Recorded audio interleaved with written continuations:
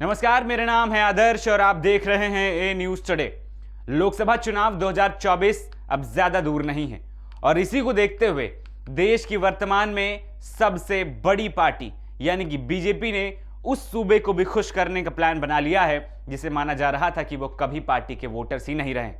और इसी तबके को खुश करने के लिए बीजेपी ने 5 अभेद रणनीतियां तैयार कर ली हैं। जानने के लिए पूरी रिपोर्ट देखिए। बीजेपी का मास्टर प्लान, जिसने बीजेपी को कभी नहीं दिया वोट, अब वही ले जाएगा बहुमत की ओर। पीएम मोदी का प्लान, 7 होगा मुसलमान। देश के सबसे बड़े सूबे यानी कि उत्तर प्रदेश में करीब 20% मुसलमान मतदाता है, जो 2 दर्जन से ज्यादा जिलों की सियासत पर असर डालते हैं। सूबे की 90 से अधिक विधानसभा सीटों पर मुस्लिम मतदाता निर्णायक भूमिका में होते हैं। 29 लोकसभा सीटों पर मुस्लिम मतदाता जीत और हार तय करते हैं। बीजेपी 2024 के लोकसभा चुनाव में सूबे की सभी 80 सीटें जीतने का लक्ष्य तय कर रही है। ऐसे में पार्टी की नजर अब मुस्लिम वोट बैंक पर है। इसके लिए बीजेपी ने मुस्लिम वोट बैंक पर सेंध लगाने की पूरी तैयारी कर ली है। वो 1-2 वर्ग नहीं बल्कि मुस्लिमों के सभी वर्गों के लिए रणनीति बना रही है। पसमानदा मुस्लिम पर नजर। बीजेपी की इस रणनीति में ओबीसी मुस्लिम केंद्र में है। इसमें पसमानदा मुस्लिम सबसे अहम है। मुस्लिम क्षेत्रों में पकड़ को बनाने के लिए पीएम नरेंद्र मोदी ने हैदराबाद और दिल्ली के कार्यकारिणी बैठक में मुस्लिम समाज में पिछड़े माने जाने वाले पसमानदा मुसलमान को पार्टी से जोड़ने का मंत्र दिया था। पसमानदा यानी मुसलमानों के पिछड़े वर्ग की उत्तर प्रदेश में मुस्लिमों की कुल आबादी में 85% हिस्सेदारी मानी जाती है। यहाँ मुसलमानों की 41 जातियाँ हैं, इस समाज में शामिल हैं। इनमें कुरैशी, अंसारी, सलमानी, शाह, रईन, मंसूरी, तेली, सैफी, अब्बासी, खाड़े और सिद्दीकी प्रमुख है। बीजेपी इन्हीं मुस्लिम समाज के इस बड़े वर्ग को अपने पाले में लाने के प्रयास के तहत जगह जगह पसमानदा सम्मेलन आयोजित कर रही है। सूफी सम्मेलन में बनेगी बात।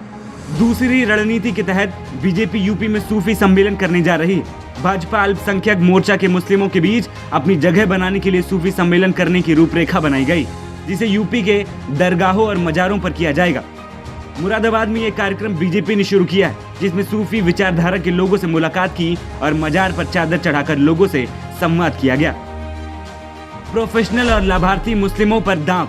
मुस्लिमों को बीजेपी से जोड़ने के लिए पार्टी अल्पसंख्यक मोर्चे की नजर प्रोफेशनल मुस्लिमों और सरकारी योजनाओं के लाभार्थियों पर है। प्रोफेशनल जैसे डॉक्टर्स, इंजीनियर्स, सामाजिक कार्यकर्ताओं, बिजनेसमैन, व्यापारी। इसके अलावा सरकार की कल्याणकारी योजनाओं के मुस्लिम लाभार्थियों को भी साधने की रणनीति है। मोदी सरकार ने कल्याणकारी योजना के जरिए लाभार्थियों के रूप में देश में नया वोट बैंक तैयार किया है, जिसमें हिंदू मुस्लिम दोनों ही शामिल हैं। आवास योजना से लेकर उज्ज्वला योजना तक के लाभ मिले। ये तबका बहुत ही गरीब है, जिसके लिए हिंदू मुस्लिम की सियासत कोई मायने नहीं रखती है। मन की बात का उर्दू में विमोचन। प्रधानमंत्री नरेंद्र मोदी की सत्ता में आने के बाद से ही हर महीने आखिरी में रविवार को मन की बात करते हैं, जिसका रेडियो से प्रसारण किया जाता है। पीएम नरेंद्र मोदी हर महीने किसी न किसी मुद्दे पर अपनी बात रखते हैं और उस दौरान वो कुछ लोगों के साथ संवाद भी करते हैं। पीएम नरेंद्र मोदी ने मन की बात की कार्यक्रम का किताब की शक्ल दे दी है, जिसका बीजेपी अल्पसंख्यक मोर्चा उर्दू में अनुवाद कर मुस्लिम समुदाय के बीच वितरण करने की रूपरेखा बना रखी है। इस तरह से पीएम नरेंद्र मोदी ने मन की बात को मुस्लिमों के घर घर तक पहुंचाने के लिए उसके सहारे मुस्लिमों को दिल जीतने की स्ट्रैटेजी भी बना ली। मुस्लिम स्नेह मिलन सम्मेलन कार्यक्रम। राज्य के मुस्लिमों के बीच पैठ जमाने के लिए बीजेपी ने स्नेह मिलन सम्मेलन के जरिए मुसलमानों को एक देश एक डीएनए का वास्ता देकर पार्टी से जोड़ने की रणनीति बना ली। इसकी शुरुआत बीजेपी अल्पसंख्यक मोर्चा ईद के बाद पश्चिमी यूपी के मुजफ्फरनगर जिले से करेगी। यह रणनीतियां साफ तौर पर इस बात का अंदेशा है कि बीजेपी आने वाले चुनाव को लेकर इतना कॉन्फिडेंट है कि वह उस वर्ग में भी सेंध लगाने में जुटी है जो कभी उसका था ही नहीं।